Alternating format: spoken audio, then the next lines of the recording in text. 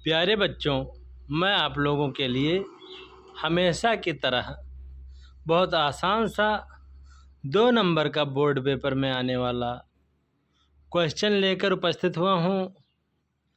रस जो 2 नंबर का है स्कूल में, और काव्य सौंदर्य में 1 नंबर का, 3 नंबर का पूछा जाता है। रस, परिभाषा, उनके प्रकार और उदाहरण सहित हर रस की परिभाषा बताऊंगा। तो आइए देखते हैं रस की परिभाषा। रस का शाब्दिक अर्थ है आनंद। काव्य को पढ़ने या सुनने से अथवा चिंतन करने से जिस आनंद का अनुभव होता है उसे ही रस कहा जाता है। तो आइए बच्चों, रस के प्रकार। रस 11 प्रकार के होते हैं। रस और उनके अस्थायी भाव। अस्थायी भाव का अर्थ होता है विकार। नंबर 1 श्रृंगार रस, इसका अस्थायी भाव रति होता है। रति का अर्थ होता है नायक और नायिका का प्रेम। हास्य रस, उसका स्थायी भाव हास। नंबर 3 करुण रस, उसका स्थायी भाव होता है शोक। नंबर 4 वीर रस, इसका स्थायी भाव होता है उत्साह। नंबर 5 भयानक रस, इसका स्थायी भाव होता है भय। नंबर 6 रौद्र रस, इसका स्थायी भाव क्रोध। बीभत्स रस, इसका स्थायी भाव जुगुप्सा। जो घृणित वस्तु को देखकर मन में विकार उत्पन्न होता है उसे जुगुप्सा कहते हैं, या घृणा भी कह सकते हैं। नंबर 8 अद्भुत रस, इसका स्थायी भाव होता है विस्मय। नंबर 9 शांत रस, इसका स्थायी भाव होता है निर्वेद। 10 वात्सल रस, जो पुत्र और माता का प्रेम होता है, मातृ प्रेम अस्थायी भाव होता है वात्सल रस का। नंबर 11 भक्ति रस, इसका स्थायी भाव होता है भगवान और भक्त का प्रेम अर्थात भगवत प्रेम। आइए देखते हैं रसों के राजा श्रृंगार रस को। श्रृंगार रस को रसराज की उपाधि प्रदान की गई है। इसके प्रमुखता 2 भाग होते हैं। नंबर 1 संयोग श्रृंगार। संयोग श्रृंगार को संभोग श्रृंगार के नाम से भी जानते हैं। जब नायक नायिका के मिलन की स्थिति की व्याख्या होती है वहाँ संयोग श्रृंगार होता है। उदाहरण कहत नटत रीझत खिझत मिलत खिलत लजियात भरे भवन में करत हैं नैनन ही सब बात। नंबर 2 वियोग श्रृंगार। इसका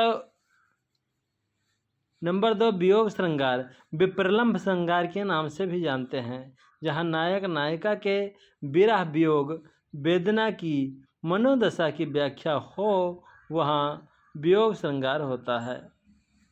अब उदाहरण देखिए। औंधाई सीसी सुलख बिरह बरन बिललात बिचही सूख गुलाब गो छीटो छुई नगात। आइए देखते हैं हास्य रस। जहाँ विभाव अनुभाव तथा संचारी भाव के संयोग से हास नामक अस्थायी भाव की उत्पत्ति होती है वहाँ हास्य रस होता है। उदाहरण खद्दर कुर्ता भक भका नेता जैसी चाल, अर्थात जहाँ पे हंसी आ जाए। बहुत पहले एक हमने पढ़ा था, बड़े बेग से शौचालय को भागे रघु मामा तब नाड़े में गांठ पड़ गई खुल न सका पैजामा।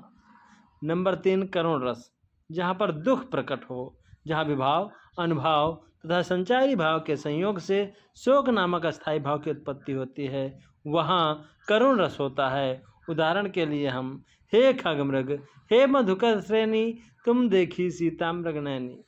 बस आप लोगों को सुंदरता देखनी है, जैसे हमने लिखा है वैसे आप लोग कॉपी में लिखिए और उसको याद कीजिए। नंबर 4 वीर रस, जहाँ विभाव अनुभाव तथा संचारी भाव के संयोग से उत्साह नामक अस्थायी भाव की उत्पत्ति होती है वहाँ वीर रस होता है। उदाहरण बहुत आसान है। रणबीर चौकड़ी भर भर कर चेतक बन गया निराला था राणा प्रताप के घोड़े से पड़ गया हवा का पाला था। नंबर 5 भयानक रस, जहाँ विभाव अनुभाव तथा संचारी भाव के संयोग से भय या डर नामक अस्थायी भाव की उत्पत्ति होती है वहाँ भयानक रस होता है। उदाहरण आप लोगों को बहुत ही बढ़िया दिखाई देगा जो तुलसीदास जी के कवितावली से है। बाल दी विशाल विकराल ज्वाल जाल मानो लंक लील बेको काल रसना पसारी है। और नंबर 6 रौद्र रस, जहाँ विभाव अनुभाव तथा संचारी भाव के संयोग से क्रोध नामक अस्थायी भाव की उत्पत्ति होती है वहाँ रौद्रस होता है। उदाहरण के लिए, विनय न मानत जलद जड़, गए 3 दिन बीत, बोले राम सकोप तब भय बिन होय न प्रीति। आइए देखते हैं बच्चों, नंबर 7 विभत्स रस। इसका स्थायी भाव जुगुप्सा होता है, घृणा। जहाँ विभाव, अनुभाव तथा संचारी भाव के संयोग से जुगुप्सा नामक स्थायी भाव की उत्पत्ति होती है, वहाँ विभत्स रस होता है।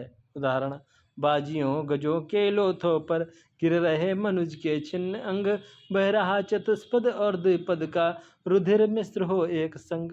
नंबर 8 अद्भुत रस। जहाँ विभाव, अनुभाव तथा संचारी भाव के संयोग से विस्मय नामक स्थायी भाव की उत्पत्ति होती है, वहाँ अद्भुत रस होता है। उदाहरण के लिए, बिनु पद चले सुनय बिनु काना, कर बिनु करम करें विधि नाना। नंबर 9 शांत रस। जहाँ विभाव, अनुभाव तथा संचारी भाव के संयोग से निर्वेद नामक स्थायी भाव की उत्पत्ति होती है, वहाँ शांत रस होता है।